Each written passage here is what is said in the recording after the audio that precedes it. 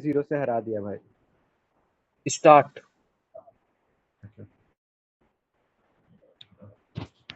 कोई पीछे से ऊंची आवाज में विशाल को कहता है, वहां से कूदना चाहते हो? बहुत ही बुरा आइडिया है। विशाल पीछे मुड़कर देखता है। वह शख्स और कोई नहीं बल्कि उस घने कोहरे की रात वाला खुर्शीद है। खुर्शीद अपनी पुरानी ब्लैक जैकेट और काले गॉगल्स पहनकर वहां खड़ा है। विशाल परेशान है, उसे कुछ सूझ नहीं रहा। वो खामोश रहता है। खुर्शीद धीरे से चलते हुए नजदीक आता है। खुर्शीद कहता है, मेरे दोस्त, कोई खास समस्या है? क्यों मरना चाहते हो? विशाल दुखी भाव में कहता है, मेरे पास जीने की कोई वजह नहीं है। खुर्शीद, बताओ क्या हुआ? विशाल, पूरी दुनिया मेरी दुश्मन बन चुकी है। अगर मैं चैन से जीना चाहूँ तो भी ये कमीने जालिम लोग मुझे जीने नहीं देंगे। खुर्शीद, तुमने सही कहा, ये दुनिया वाकई में हरामजादों से भरी हुई है। जरा देखो, उन्होंने मुझ जैसे अच्छे इंसान को दुख दर्द देकर क्या से क्या बना दिया। विशाल, और अब मैं इस मतलबी दुनिया को छोड़ रहा हूँ। खुर्शीद, खुद से मरने के लिए वही इंसान तैयार होता है जिसके पास खोने के लिए कुछ भी नहीं होता। क्या तुम्हारा कोई परिवार नहीं है? विशाल, मेरी बीवी मुझे छोड़कर चली गई, मेरा बेटा भी ले गई, अब कुछ नहीं बचा मेरे पास। खुर्शीद मुंह चढ़ाकर कहता है, ये आजकल की बीवियां ऐसी ही होती हैं, किसी के साथ भी भाग जाती हैं। विशाल, नहीं, वो किसी और के साथ नहीं, वो मेरी ही नशे की आदत की वजह से अपने बाप के घर चली गई। खुर्शीद, ओह, तुम तो बड़े नशेड़ी लगते हो। हमारे पास तुम्हारे लिए एक खास मौका था, पर तू तो अपनी बीवी को भी नहीं संभाल पाया। तू मरने के ही लायक है। विशाल, मुझे कोई फर्क नहीं पड़ता। खुर्शीद, अगर तुम खाई में कूदते हो तो तुम्हें एक दर्दनाक मौत मिलेगी। खाई ज्यादा गहरी नहीं है, नीचे झाड़ियां हैं, वहां तुम फंस सकते हो। पर तुम चाहो तो मैं तुम्हें सबसे आसान और बिना दर्द की मौत दे सकता हूँ। विशाल, वो कैसे? खुर्शीद, मैं एक पेशेवर कातिल हूँ। सिर्फ 3 सेकंड में तुम्हारी जान निकाल सकता हूँ, जिसमें तुम्हें दर्द का एहसास होने से पहले तुम्हारी आत्मा निकल जाएगी। विशाल, क्या बकवास है, मुझे तुम पर यकीन नहीं। खुर्शीद, तुम्हारे पास और कोई रास्ता नहीं है? आओ मेरे पीछे आओ, मैं तुम्हें एक खास चीज दिखाता हूँ। भाई, something's not looking good. Okay. Khurshid आगे चलता है। विशाल उसके पीछे जाता है। विशाल आत्महत्या का फैसला कर चुका है, इसलिए वो किसी से नहीं डर रहा। वह यह जानने के लिए बेताब है कि खुर्शीद आखिर उसे क्या दिखाना चाहता है। खुर्शीद और विशाल पुराने खंडर में पहुंचते हैं। खंडर अभी भी ठीक ठाक हालत में है। वो दोनों एक बड़े हॉल में पहुंचते हैं। वहाँ एक गोल सर्कल है जिसमें एक टेबल जैसा पत्थर और उसके पास नीचे अजीब सी आकृतियां की डिजाइन है। उफ, खुर्शीद धीरे से कहता है, यह खंडहर एक खास देवता का मंदिर हुआ करता था। यहाँ 18वीं सदी तक इंसानों की बलि दी जाती थी। अगर तुम यहाँ मरते हो तो शायद तुम्हें मोक्ष मिल जाए और मुझे उस देवता का आशीर्वाद। विशाल, यह कैसा देवता है जिसे इंसानी बलि दी जाती है? खुर्शीद, ये एक खास समुदाय 70,000 साल पहले इस देवता को मानता रहा है और उसके लिए बलि चढ़ा रहा है। विशाल, कौन सा समुदाय? तुम इसके बारे में कैसे जानते हो? खुर्शीद, मैं जानता हूँ, क्योंकि मैं भी इसी समुदाय का हिस्सा हूँ।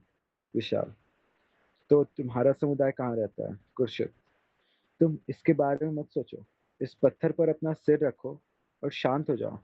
विशाल, और इसके बाद तुम क्या करने वाले हो? खुर्शीद अपनी गन निकाल कर कहता है, मैं इस गन से तुम्हारे सिर पर शूट करूंगा। 3 से 4 सेकंड में तुम्हें आज़ादी मिल जाएगी अपनी घटिया वाहियात जिंदगी से, और इस पुराने देवता की वजह और इस पूरे देवता की वजह से शायद मोक्ष भी। विशाल, क्या तुम्हें यकीन है कि ऐसा होगा? खुर्शीद, वैसे रस्म के मुताबिक बलि देने से पहले दुनिया की सबसे पुरानी भाषा एबस्थीस के मंत्र बोले जाते हैं। मुझे वो नहीं आता, पर विश्वास रखो, सब सही होगा।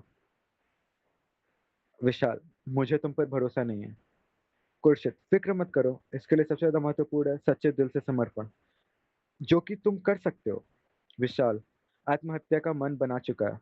वह खुर्शीद की बातों में आकर आगे बढ़ता है। सबसे पहले वो अपना फोन वहां पास में ही नीचे रखता है, और फिर घुटने के बल बैठकर पत्थर पर अपना सिर रख देता है। खुर्शीद उसे भरोसा दिलाता है कि सब ठीक होगा। खुर्शीद अपनी गन निकालता है। तभी पास ही में रखे विशाल के फोन पर कॉल आता है। वो विशाल की वाइफ का है। शायद उसकी वाइफ को पता चल गया है कि विशाल मरने जा रहा है। विशाल फोन पर अपनी वाइफ का नाम देखकर वापस से खड़े होने की कोशिश करता है। तभी खुर्शीद पीछे से उसकी गर्दन पकड़कर वापस उस पत्थर पर टिका देता है। विशाल चिल्लाकर कहता है, छोड़ो मुझे, मेरी वाइफ का फोन है, मुझे इससे बात करने दो, छोड़ो मुझे अभी। खुर्शीद कठोर होकर कहता है, इतना आगे बढ़कर हम नहीं रुक सकते। तेरी मरने का वक्त फाइनल हो चुका है, अब ये नहीं बदलेगा। फिक्र मत कर, तेरे मरने के बाद तेरी बीवी का ख्याल मैं रख लूंगा। विशाल चिल्लाकर छूटने की कोशिश करता है। तभी खुर्शीद तभी खुर्शीद उसके सिर पे गोली मारकर उसे मौत के घाट उतार देता है। सारा खून पत्थर से नीचे बहकर नीचे मौजूद आकृतियों में भरने लगता है। खुर्शीद यह देखकर मुस्कुराता है।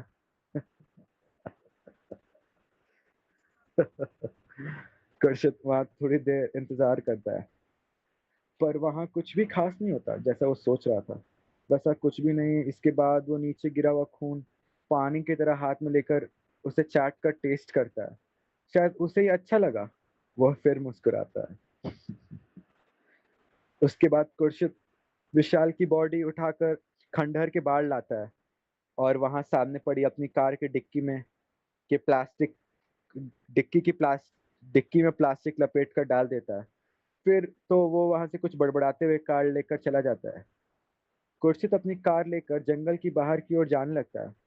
कुछ देर बाद वो घने जंगल से बाहर निकलता है। वहीं थोड़ा आगे जाने के बाद रोड के साइड में एक पुराने टूटे बड़े घर के पास से एक नई बाइक पड़ी हुई दिखती है।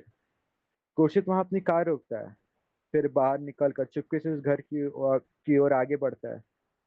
वह सामने से बदले पीछे से जाता है, और एक कमरे में उसे हलचल सी सुनाई पड़ती है। वो और आगे बढ़ता है, और उसे पीछे जाकर एक टूटी खिड़की से झांक कर देखता है। वहां एक लड़का और लड़की मौजूद है। खुर्शीद हंसते हुए कहता है, अच्छा, तो कॉलेज यहाँ खुला है, मुझे अपनी क्लास में इनवाइट करोगे? प्रेम लीला करने आए कॉलेज के लड़के लड़की कार की आवाज सुनकर पहले ही सतर्क हो गए। डरावने खुर्शीद को देखकर वो लोग डर के मारे वहां से भागने लगते हैं। खुर्शीद भी जल्दी से डराता हुआ आगे की ओर जाने लगता है। वहीं घास के बीच पड़े पत्थर की ठोकर लगने की वजह से वो गिर जाता है, और उसका सिर दीवार से टकरा जाता है। वो लड़का लड़की जल्दी से बाइक पर बैठकर तेज रफ्तार से वहां से भाग जाता है। कुछ ही देर में वापस खुर्शीद खड़ा होता है, और चलते हुए वापस अपनी कार के पास पहुंचता है। खुर्शीद गुस्से में है। खुर्शीद, किस्मत अच्छी थी उन हरामजादों की, लेकिन कब तक बच सकोगे मुझसे? चैप्टर खत्म।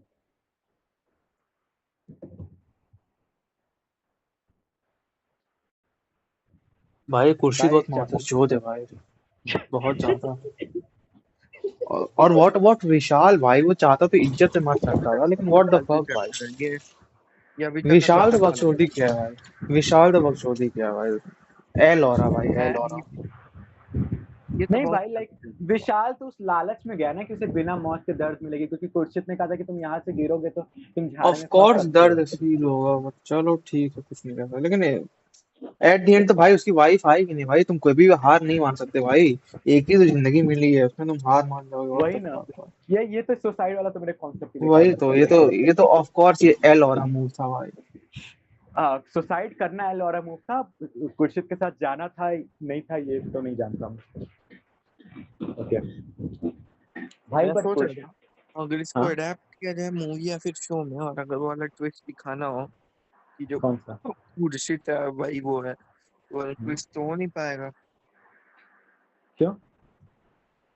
क्यों क्या भाई, अगर मतलब भाई कोई चेहरा मास्क वास्क पहन के थोड़ा ना घूम रहा है, मूवी वूवी में अगर भाई सेम बंदे अगर हैं खुर्शीद और जो दूसरा बंदा था जो चैप्टर 2 में था अरे तब तो फिर गॉगल और जैकेट का वो हर बार यूज बता रहा है ना, वो क्या नाम है ऑथर हमारा, तो शायद गॉगल और गॉगल। जैकेट से कोई चेहरा छोड़ने छुप जाएगा, पता तो चल जाएगा कि वो बंदा है। या फिर हम लोग उसे, अरे नहीं तुम अगर अलग अलग मूवी देखे तुम अलग, नहीं मास्क मास्क पहन नहीं, के दिखाना। मास्क नहीं पहना दो उसको ना, हम लोग ऐसे दिखा सकते हैं लाइक डिफरेंट पर्सनालिटी वाला चीज, कि लाइक एक तरफ कुर्शिद को लंबे बाल थोड़ा सा डेविल लुक देके, ओए और यही ओए एक मिनट, डिफरेंट पर्सनैलिटी से आ रहा है, स्प्लिट पर्सनैलिटी डिसऑर्डर ही तो नहीं है उसको।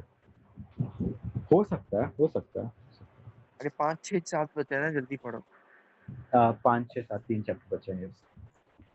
ओके, चैप्टर 5, आवाज आ रही है राइट? हाँ, हम्म। बड़े बड़े दिनों बाद सुबह का वक्त है। कनिष्ठ अपने घर के बाहर, ओके कनिष्ठ है इस स्टोरी में, कनिष्ठ अपने घर के बाहर रखी अपनी कार को साफ कर रहा है। ओह शिट, ओके, ये ऑथर तो अच्छा है यार। ओके, कनिष्ठ अपने घर के बाहर रखी अपनी कार को साफ कर रहा है। वही बाइक पर सवार उसका दोस्त दिनेश वहां कर रुकता है। दिनेश, क्या चल रहा है यार? कनिष्ठ, कुछ नहीं, बस अपनी कार साफ कर रहा हूँ। दिनेश, ये तो नहीं नहीं लग रही है, इसे क्या धोना? कनिष्ठ, काफी जगह धूल जम गई है, मुझे ये नहीं पसंद। दिनेश, तुमने आकाश के बारे में सुना? कनिष्ठ, नहीं, क्या हुआ आकाश को? दिनेश, पता नहीं, वो कहीं गायब हो गया, कई दिनों से वो घर पर नहीं आया। कनिष्ठ, ओह, ये तो सही नहीं हुआ। और like Kanishth is saying this without any emotion. Rinesh, एक पुलिस वाला मेरे पास आया था। कनिष्ठ, क्या कहा उसने तुमसे? हाँ, वो आकाश के बारे में पूछा था। मैंने उससे बताया कि हम उससे 1 हफ्ते पहले मिले थे। टाइमलाइन समझ में आ रही है ना सबको? हाँ या ना, बोलो।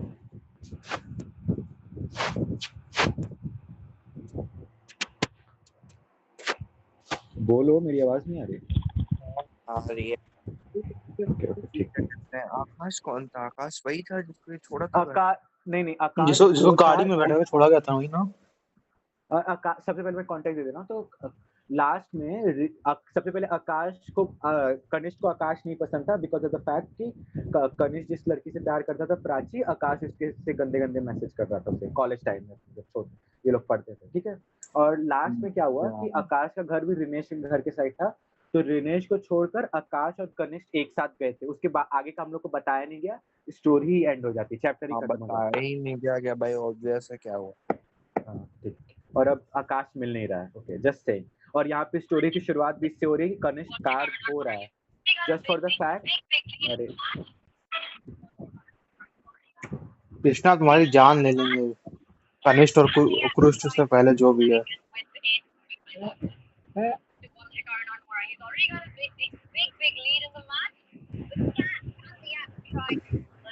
इसको पर्सनली म्यूट करना पड़ेगा क्या? हो कृष्णा गया भाई, म्यूट हो जाओ नहीं भाई, म्यूट अगर होगा, म्यूट सुनाई हमसे नहीं नहीं दे हो रहा रहा है हमसे। तो। एडमिन है भाई वो, हो गया चलो।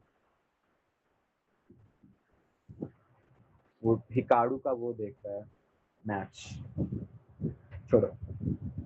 तो क्या ये है, नहीं तानिया देखो तो। सचदेव थी क्या?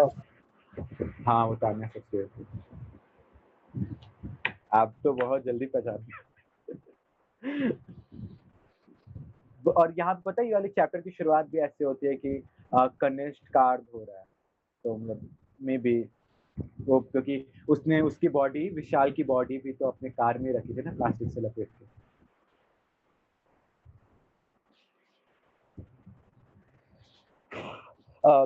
रिनेश, एक पुलिस वाला मेरे पास आया था, ओके। कनिष्ठ, और क्या बताया तुमने उस पुलिस वाले को?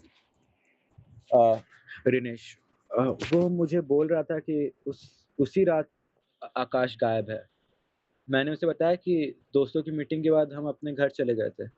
कनिष्ठ, ये अच्छा किया तुमने, ये पुलिस वाले फालतू में हमें फंसा देंगे। रिनेश, एक बात बताओ कनिष्ठ, तुम उस दिन आकाश को घर तक छोड़ने गए थे राइट? कनिष्ठ, नहीं, मैंने उसके घर की ओर जाने वाली एक छोटी सड़क पर छोड़ा था। उसने कहा कि वहां से वो कुछ जरूरी काम है, इससे खत्म करके वो खुद ही घर चला जाएगा। रिनेश, पता नहीं वो कहाँ चला गया। कनिष्ठ, तुम फिक्र मत करो, शहर के हालात ही कुछ ऐसे हैं। रिनेश, हे, मुझे प्राची का नंबर मिल गया। कनिष्ठ, ये तो बहुत बढ़िया है। मेरे फोन में इसे सेव करो, तब तक मैं कार साफ कर लेता हूँ। दिनेश, ये नंबर मुझे 2 दिन पहले ही मिल गया था, पर जब मैं यहाँ आया तो तुम घर पे थे ही नहीं। आकाश की न्यूज़ सुनकर मैं बेचैन हो गया था। कनिष्ठ, इट्स ओके। दिनेश, तुम्हें क्या लगता है आकाश के साथ क्या हुआ होगा? कनिष्ठ, मुझे नहीं पता। दिनेश, कोई बात नहीं, अब तुम क्या करोगे? भाई कनिष्ठ, कुछ आकाश खास। कब मर गया? और देखो ये कारू की न्यूज़ ने, हम रिपीट नहीं कर रहे अब। बता तो दो कब मरा, ये तो बता दो। अभी मत बताओ। मत बताओ, तो देखते तुम ऐसे हो। और तुम फालतू में चले जा रहे हो देखने के लिए। तो बता, आकाश बेसिकली गायब हुआ है उसी रात जिस रात कनिष्ठ उसे छोड़ने गया। स्टोरी आज कंटिन्यू करूँ मैं? भाई सुनना है तो कोई दिक्कत नहीं है। हाँ, कोई फोर्स नहीं करा, नहीं सुना तुम्हें। ओके। अब दिनेश, कोई बात नहीं, अब तुम क्या करोगे? कनिष्ठ, कुछ खास नहीं, बहुत सारा काम अधूरा है, इसे खत्म करना है। दिनेश, तो चलो बाय, फिर मिलेंगे। कनिष्ठ दिनेश को जाते हुए अजीब तरीके से देखता है, जैसे कि वो कोई खास राज छुपा रहा हो। कनिष्ठ अपनी कार पूरी तरीके से साफ किए बिना घर के अंदर चला जाता है। कनिष्ठ घर के अंदर जाकर अपने फोन में प्राची का नंबर निकालता है और उसे कॉल करता है। पहली बार में कोई जवाब नहीं मिलता। वो दोबारा कोशिश करता है, पर इस बार भी कोई जवाब नहीं मिलता। कनिष्ठ तीसरी बार कॉल करता है, इस बार उसे जवाब मिलता है। कोई लड़की फोन रिसीव करती है। कनिष्ठ फोन पर कहता है, कौन? प्राची? प्राची, हाँ मैं प्राची हूँ, और आप कौन है? कनिष्ठ, मैं तुम्हारा पुराना दोस्त, नंबर 1 बेस्ट फ्रेंड। प्राची थोड़ा सोच कर कहती है, कनिष्ठ क्या ये तुम हो? कनिष्ठ, हाँ हाँ मैं कनिष्ठ। प्राची, तुम्हारी आवाज काफी बदल गई है। कनिष्ठ, अब तुम भी काफी बदल गई हो। प्राची, 4 साल कहाँ थे इतने दिनों तक? कनिष्ठ, यहाँ से काफी दूर, हम दोनों के लिए कुछ करना चाहता था लेकिन काफी देर हो गई है। प्राची, हाँ तुमने सच में काफी देर कर दी। अब क्यों फोन किया है? कनिष्ठ, क्या हम कहीं मिलकर बात कर सकते हैं? प्राची, अब इसकी कोई जरूरत नहीं है, अब हमारे बीच अब कुछ नहीं बचा, कोई रिश्ता नहीं। कनिष्ठ, क्या सच में तुम इतनी ज्यादा बदल गई? एक बार मेरी बात तो सुनो। प्राची, मुझे अपनी जिंदगी में मुश्किल से खुशी मिली है, तुम इससे दूर रहो प्लीज, दोबारा कॉल मत करना। प्राची फोन कट कर देती है। Good, green flag Prachi. कनिष्ठ अजीब तरीके से कहता है, प्राची मेरी जान, मैं तुम्हें ढूंढ लूंगा। दोपहर का वक्त, प्रोफेसर का घर। कनिष्ठ के घर के सामने वाली लाइन में तीसरे नंबर का घर प्रोफेसर वीडी नारायण का है। उसी घर के सामने एक कार आकर रुकती है, उसमें से मिस्टर वालिया बाहर निकल रहा है और उस घर पर जाते हैं, और वहां प्रोफेसर का नौकर भव सिंह दरवाजा खोलता है।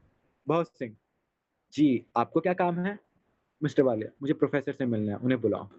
वालिया घर के अंदर की जाने की कोशिश करता है। भव सिंह उसे रोकते हुए कहता है, रुकिए साहब, प्रोफेसर घर पर नहीं है, वो बाहर गए हुए हैं। मिस्टर वालिया, क्या बात कर रहे हो? मेरा उनसे मिलना जरूरी था, कहाँ गए हैं वो? भव सिंह, अपने किसी रिश्तेदार के यहाँ गए हैं, पता नहीं कब तक लौटेंगे। मिस्टर वालिया प्रोफेसर को कॉल करता है। प्रोफेसर कहते हैं कि उन्हें घर आने में देरी हो जाएगी, इसलिए वो कल सुबह मिलेंगे। मिस्टर वालिया प्रोफेसर को समझाने की कोशिश करते हैं कि उनका मिलना जरूरी है, पर प्रोफेसर वही जवाब देते हैं कि सुबह आराम से बात करेंगे। इसके बाद मिस्टर वालिया अपनी कार में बैठकर वहां से निकल जाते हैं। वह अभी भी डॉक्टर चंद्रकांत की उस डायरी के बारे में सोच रहे थे। वो ये जानने के लिए उत्सुक हैं कि इस डायरी में ऐसा क्या है। मिस्टर वालिया कार ड्राइव करते हुए अपने घर की ओर जा रहे थे कि वही उनके फोन पर कॉल आता है। वालिया उसे रिसीव करते हैं। मिस्टर वालिया, जी बोलिए, कौन? फोन से पर एक व्यक्ति, सिटी पुलिस स्टेशन से बोल रहा हूँ, क्या आप मिस्टर वालिया हैं? मिस्टर वालिया, हाँ बताइए क्या हुआ? पुलिस वाला, क्या आप रिपोर्टर घनश्याम धिंगरा को जानते हैं? मिस्टर वालिया, हाँ वो मेरा दोस्त है, क्या हुआ? पुलिस वाला, उन्होंने कल रात को अपने घर में आत्महत्या कर ली।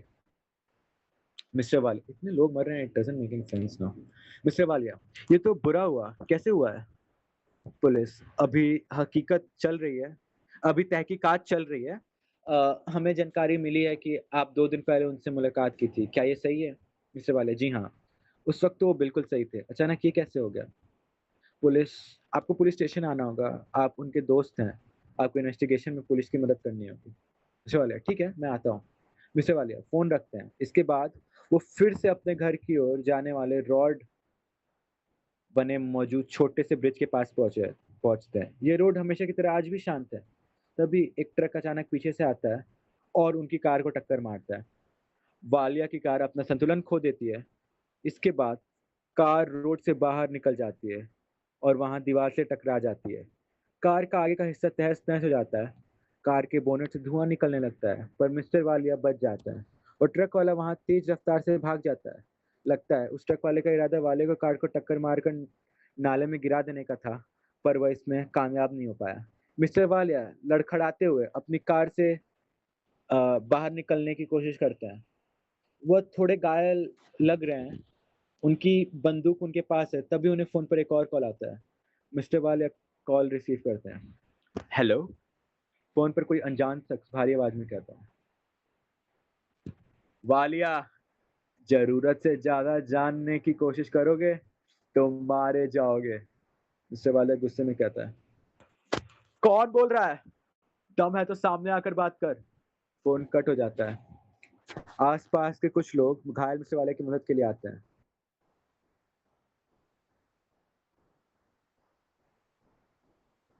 Next chapter.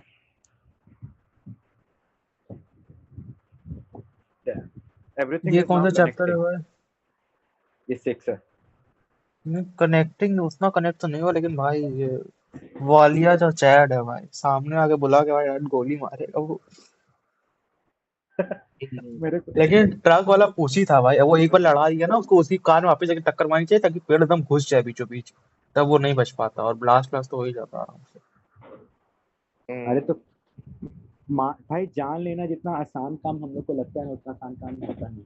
नहीं आसान है अगर तुम्हारे बंदूक है तो, नहीं भाई, चाकू से भी कर तुम नहीं सकते हो समझ तुम। पा तुम नहीं समझ पा रहे हो, बहुत मुश्किल काम है जानने का, तुम नहीं समझ पाते हो, अभी भी नहीं समझ पा रहे हो। कभी तुम प्रॉपर तुम ऐसे सिचुएशन में आओगे ना गणेश, तुम्हें बता रहा हूँ, तुम बिलीव नहीं कर पाओगे तुम कैसा फील करोगे। अगर अगर मेरा करियर पाथ सही जाता है तो हम बहुत जल्दी आने वाले हैं। अबे मीमांस आ गया, आप उसको बताओगे पूरी कहानी तो नहीं गैप वाली? अब मीमांस कुछ नहीं कर सकता। हाँ बे, थोड़ी देर पहले आता तो।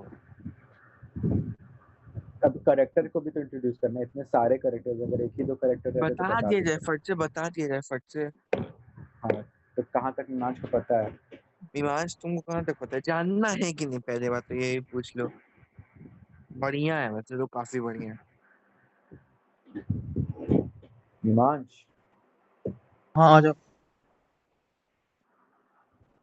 हो गया, स्टार्ट करें। Yes yes yes. चैप्टर 6, डरावनी साजिश। रात होने वाली है। क्या ठीक है फिर से?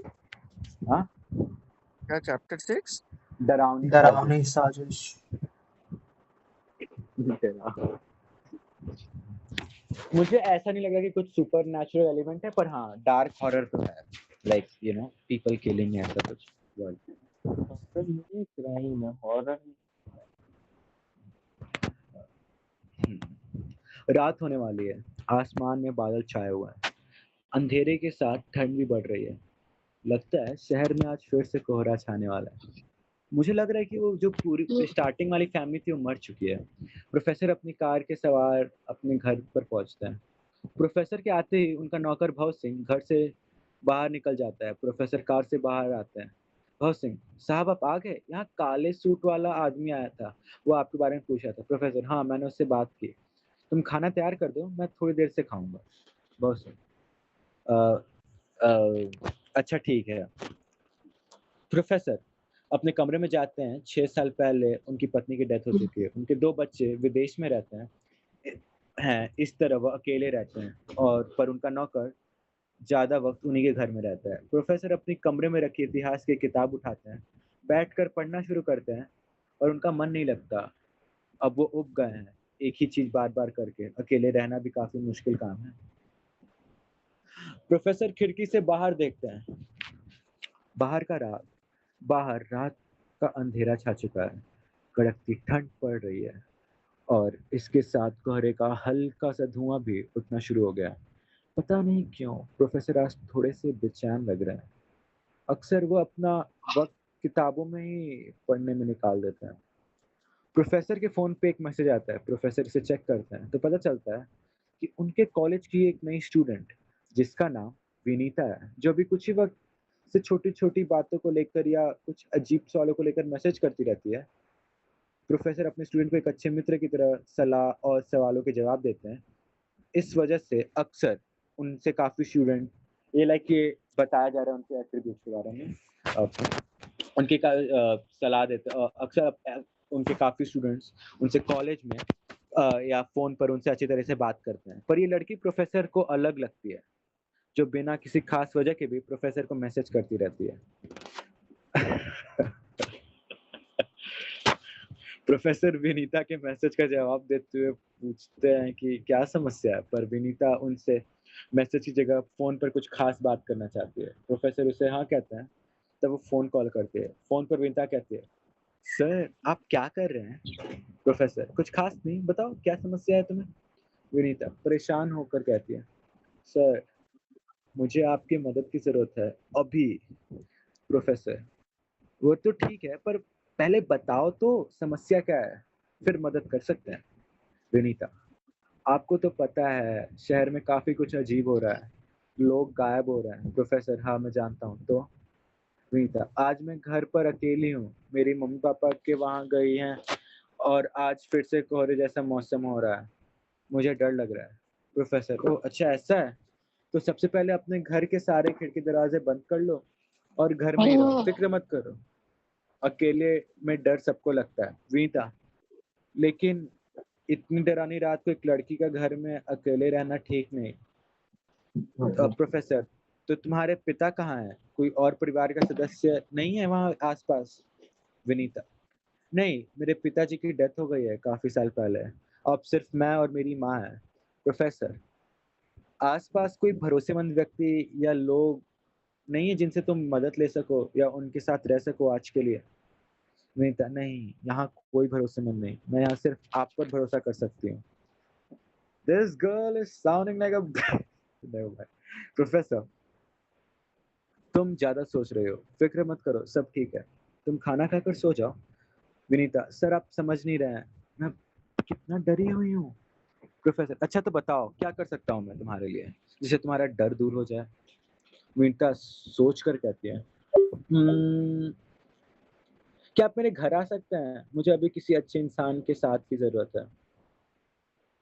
प्रोफेसर, अरे मेरे इस तरह रात को किसी लड़के के घर जाना ठीक नहीं होगा, तुम समझो, इसकी कोई जरूरत नहीं है। विनीता, मुझे इसकी जरूरत है, आप कैसे मना कर रहे हैं? क्या आप इस तरह डर से मरता हुआ मुझे छोड़ देंगे?